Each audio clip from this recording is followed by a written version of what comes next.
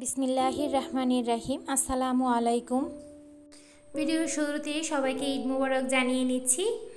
আশা করি আল্লাহর অশেষ রহমতে সবাই অনেক ভালো আছেন। আলহামদুলিল্লাহ আলহামদুলিল্লাহ আলহামদুলিল্লাহ অনেক বেশি ভালো আছি। সবাই কিন্তু আমি জানি অন্তরের অন্তঃস্থল থেকে আমাদের ছাত্র ভাই বোনদের জন্য এবং এই আন্দোলনে বিজয়ী হওয়ার জন্যে অনেক বেশি দোয়া করেছেন, অনেক বেশি টেনশনে ছিলেন। আর যারা ঢাকাতে অবস্থান করেছেন তাদের মনের অবস্থা আসলে আমরা বলে বোঝাতে পারবো না। সেই পরিস্থিতিটা শুধু একমাত্র তারাই ফেস করেছেন।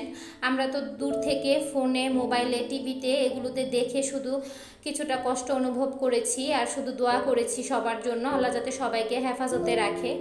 তো আল্লাহ কিন্তু আসলে কাউকে নিরাশ করেননি। আল্লাহকে শুধু এটুকুই বলছিলাম যে আল্লাহ তুমি অতি শীঘ্রই এটার সমাপ্তি ঘটাও, নয়তো অনেক বেশি আরও ক্ষতি হয়ে যাবে, আরও অনেক মায়ের বুক খালি হয়ে যাবে। সন্তান হারা কষ্ট কিন্তু অনেক বেশি, এর মতো কষ্ট পৃথিবীতে আর দ্বিতীয় একটাও নেই।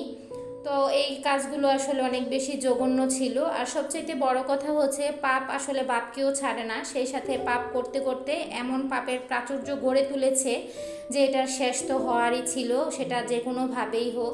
যার কারণে তার একটি কথার কারণে, একটি ভুলের কারণে কিন্তু সেটা আল্লাহ খুব সুন্দরভাবে, নিখুঁতভাবে, উত্তম পরিকল্পনা দিয়ে এটাকে শেষ করেছেন। আর এই নমরুদের হাত থেকে আমাদেরকে আল্লাহ চিরদিনের জন্য রক্ষা করেছেন।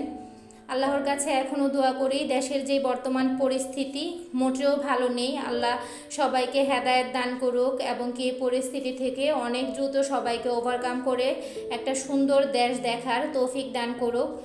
কারণ এতগুলো রক্ত ঝরেছে, এরপরেও যদি দেশের অবস্থা খারাপ হয় তাহলে সব কিছুই কিন্তু বৃথা হয়ে যাবে। স্বাধীনতা পেয়েও কিন্তু আমরা হারিয়ে ফেললে এর মতো আর পরাধীনতা দুনিয়াতে থাকবে না। তো এর জন্য আসলে আমাদের সবাইকেই একসাথে কাজ করতে হবে। অতি আনন্দে কোনো ধরনের কিছু করতে হবে না। অতি আনন্দে কিন্তু নেওয়া সিদ্ধান্তগুলো মানুষ সবসময় ভুল নিয়ে ফেলে। যেমন রাগের বশে সিদ্ধান্ত নেওয়া সিদ্ধান্তটা ভুল হয়, তেমন যখন অনেক বেশি আনন্দে থাকে তখন বলা কথাগুলোও কিন্তু ভুল হয়ে যায়। তো সে কারণে এখন আমাদেরকে অনেক বেশি নিয়ন্ত্রণ করতে হবে নিজের আবেগের মধ্যে, নিজের যেই মনের অবস্থা সেটার মধ্যে, এবং কি আল্লাহর শুকরিয়া আদায় করতে হবে। কারণ আল্লাহর শুকরিয়া আদায় করা ছাড়া কিন্তু আমরা এত বড় বিজয় পাইনি। আল্লাহ কারো না কারো দ্বারা কিন্তু আমাদের এই বিজয়ের মুখ দেখিয়েছেন। দীর্ঘ 15টা বছর প্রতিটা সেক্টর থেকে মানুষ এতভাবে নিপীড়িত হয়েছে যে সবার পিঠ আসলে দেয়ালে ঠেকে গেছে। সবার মনে হচ্ছিল, আমার ব্যক্তিগত মতামত, যে আসলে এভাবে বাঁচার চেয়ে মরে যাওয়া অনেক ভালো। সে কারণেই হয়তো দেশের সাধারণ জনগণরা আমাদের এই ছাত্র ভাই বোনদেরকে এত বেশি হেল্প করেছে।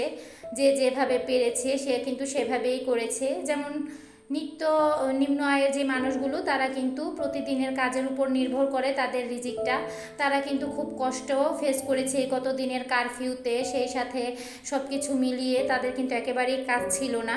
তো তাদের কথাও আমার পলকে পলকে মনে হচ্ছিল যে আসলে তারা এতটা কষ্ট ফেস করছে, তারপরেও কিন্তু তাদের মুখে হাসি ছিল। সেই মানুষগুলো কিন্তু তারপরও এই ছাত্র ভাই বোনদের জন্য খুব দোয়া করছিল আর সবাই বলছিল যে আল্লাহ তাড়াতাড়ি এটা থেকে আমাদেরকে রেহাই করুক। প্রয়োজনে কিছুদিন কষ্ট করব, তাও চলে, সারা জীবন কষ্ট করার চেয়ে। তো আল্লাহ আসলে কারো না কারো ডাক কবুল করেছেন। এত কোটি মানুষের মধ্যে আল্লাহ কাউকে তো পছন্দ করেছেন। তো এইটুকুই আল্লাহর কাছে লাখ লাখ কোটি কোটি শুকরিয়া। তো আপনাদের সাথে কথা বলতে বলতে আমি কিন্তু আমার শুকনা বাজারগুলো গুছিয়ে নিচ্ছি। বিগত 2 দিন যাবত আমি কিন্তু ভিডিও দিচ্ছিলাম না। আসলে ভিডিও করা অথবা ভিডিও দেওয়ার মতো, দেখার মতো মন মানসিকতা, সময় কোনো কিছুই ছিল না। সারাক্ষণ কিন্তু নিউজ ফিড আর কি বলবো ইউটিউব এগুলো কিন্তু বারবার ফ্রেশ করে দেখছিলাম এখন কি নিউজ, নেট আছে কি নাই। যেমন কালকে যখন বিজয়ের কথা শুনেছি, এর আগ মুহূর্তে আমি বাবুকে ঘুম পাড়িয়ে বাবুর সাথেই শোয়া ছিলাম, কারণ ওর সাথে না শুয়ে থাকলে ও বারবার উঠে যায় আর কান্নাকাটি করে। তো তখন কিন্তু নেট ছিল না, আর নেট না থাকার কারণে আমার ভিতরে একেবারে সব কিছু দুমড়ে মুচড়ে যাচ্ছিল, কান্না চলে আসছিল বারবার, আর অসহ্য একটা যন্ত্রণা ফিল করছিলাম। তো ওই অবস্থাতে আমি প্রায় 3 থেকে 4 বার আমার চোখ লেগে যায়, ঘুম চলে আসতে নেই, কিন্তু আমি বারবার কিন্তু মনে হয় যে কয়েক সেকেন্ডের মধ্যে আবার উঠে যাই। আবার উঠে গিয়ে আমি আমার যে ইউটিউব সাইডটা আছে সেটা মানে অন করে হাত দিয়েই তারপর আবার চোখ বন্ধ হয়ে যায়, আবার উঠে যায়, মনে হয় এই বুঝি নেট চলে আসলো। আর ঠিক এরকম করতে করতে হঠাৎ দেখি যে আল্লাহ তার রহমত নাজিল করে দিয়েছেন, সেই সুসংবাদের সম্মুখীন করে দিয়েছেন। দেখলাম যে হ্যাঁ, আমরা স্বাধীন হয়ে গেছি। আসলে স্বাধীন হয়ে গেল, আমাদের এখনও অনেক কাজ বাকি, তাই আমাদের সবাইকে ধৈর্য সহকারে সেই কাজগুলো করতে হবে অত্যন্ত বুদ্ধিমত্তার সাথে। তো এখন এই বিষয় শেষ করি, সংসারের কাজগুলো দেখাই। এখানে সকালের নাস্তার জন্য কিন্তু কাঞ্জির জাউ যেটাকে বলে থাকি আমাদের ভাষায়, সেটা রান্না করেছি। এটা আমাদের আসলে আমাদের সমাজে সবার পছন্দ না, যাদের পছন্দ না তাদের কাছে খুব ঘৃণিত একটা জিনিস, আর যারা পছন্দ করে থাকেন তাদের কাছে কিন্তু একেবারে অমৃতের মতো লাগে।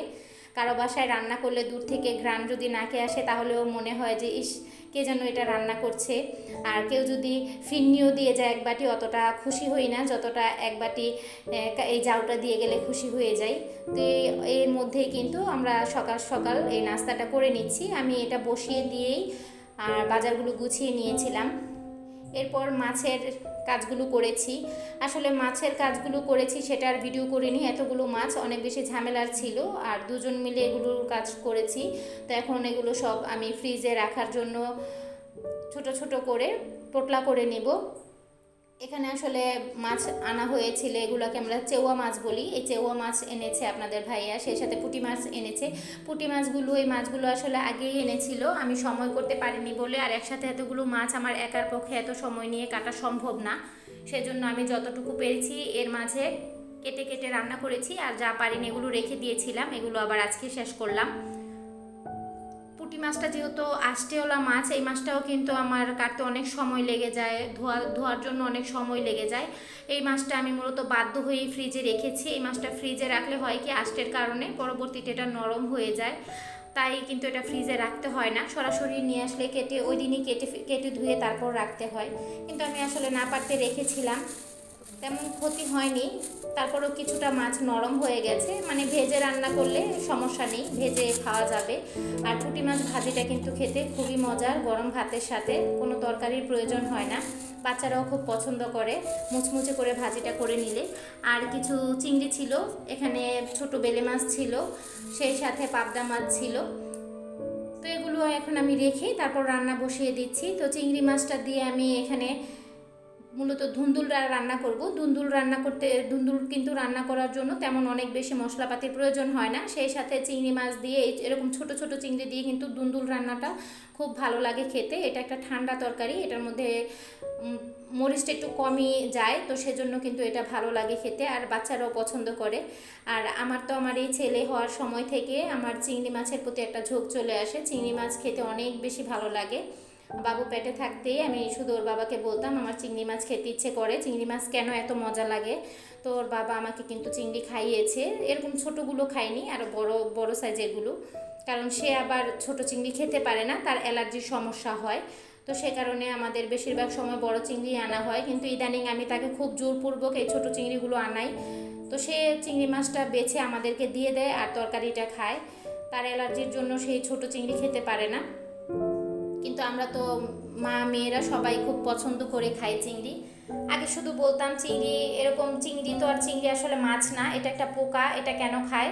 চিংড়ি মাছটা আমার ভাইয়ের খুবই পছন্দের, ছোটোবেলা থেকে ওকে দেখতাম ও বেছে বেছে সবার প্লেট থেকে অথবা পাতিল থেকে নিয়ে মুখে দিত, আর বলতাম কি খাও এটা, এটা একটা পোকা কেন খাও, আর এটার মধ্যে কী স্বাদ পাওয়া যায়। কিন্তু এই রেকর্ডটা আসলে আমার এত বছর পর ভেঙে গেছে, এখন আমি নিজেই চিংড়ির পোকা হয়ে গেছি, আমি নিজেই চিংড়ি মাছ খুব পছন্দ করে খাই। এখানে পুঁই শাক কেটে কুটে নিয়েছি, সেটা আমি একটু পানি দিয়ে ভাপ দিয়ে নিলাম। এখন আমি এই পুঁই শাকটাও কিন্তু চিংড়ি দিয়ে রান্না করব, যার জন্য আজকে আপনাদের ভাইয়ার মনটা একটু অন্যরকম ছিল যে সব কিছুতে তুমি চিংড়ি দিয়েছ, আর আজকে কি চিংড়িময় দিন। তারপরও তেমন সে মন খারাপ করেনি, কারণ সে মাছ ছাড়া তরকারি খেতে পারে, আমার সমস্যা হয়। আমি অল্প কয়টা ভাত খেলেও আমি বরাবরই বলে থাকি আমি একটু বেছে বুঝে খাই, একটু নাক ছিটকিয়ে খাই, কম খাই কিন্তু একটু নাক ছিটকাই। তো সেক্ষেত্রে কিন্তু আমি আসলে শুধু তরকারি দিয়ে ভাতটা খেতে পারি না। তো আমি আসলে এরকম হয় যে মাছটা আমি পছন্দ করি না সেই তরকারিটাও খাই না, অথবা কোনো মাছে গন্ধ লাগলে সেই মাছটা রেখে হয় না যে তরকারি দিয়ে খেয়ে ফেলো, সেটাও আমি পারি না। তো আমার ওই সময় কিন্তু খুব কষ্ট হয়ে যায়। তো এরপরে যেই কথা সেই কাজ, আপনাদের ভাইয়ের কাছে আমার আবদার ছিল আমাদের মিষ্টি খাওয়ানোর। তো মিষ্টি খাওয়ানোর বলতে টাকাটা আমি দিয়েছিলাম। তো সে আমাকে দই খাইয়েছে, আমি তাকে মিষ্টি খাইয়েছি। আমি বলেছিলাম যে আমি সবাইকে মিষ্টি খাওয়াবো, তো বাড়ির সবাইকে আমি মিষ্টি মুখ করিয়েছি। আমি নিজেই ঠিক করেছিলাম, আল্লাহ যদি মুখ তুলে চায়, আল্লাহ যদি এই স্বৈরাচারীর হাত থেকে আমাদের দেশটাকে রক্ষা করে, তাহলে অবশ্যই আমি আমার সামর্থ্য অনুযায়ী সবাইকে মিষ্টি খাওয়াবো। তো সেটাই কিন্তু করেছি। আমরা কিন্তু সন্ধ্যার দিকে চলে গিয়েছি মিষ্টি নিয়ে আসতে, শুধু মিষ্টির দোকান খোলা ছিল। তো আপনাদের ভাইয়াকে আমি খাইয়ে দিলাম, সে আমাকে খাইয়ে দিতে চেয়েছে, আমি আর খাইনি। তো আজকে এই পর্যন্তই, সবাই ভালো থাকবেন, আল্লাহ হাফেজ।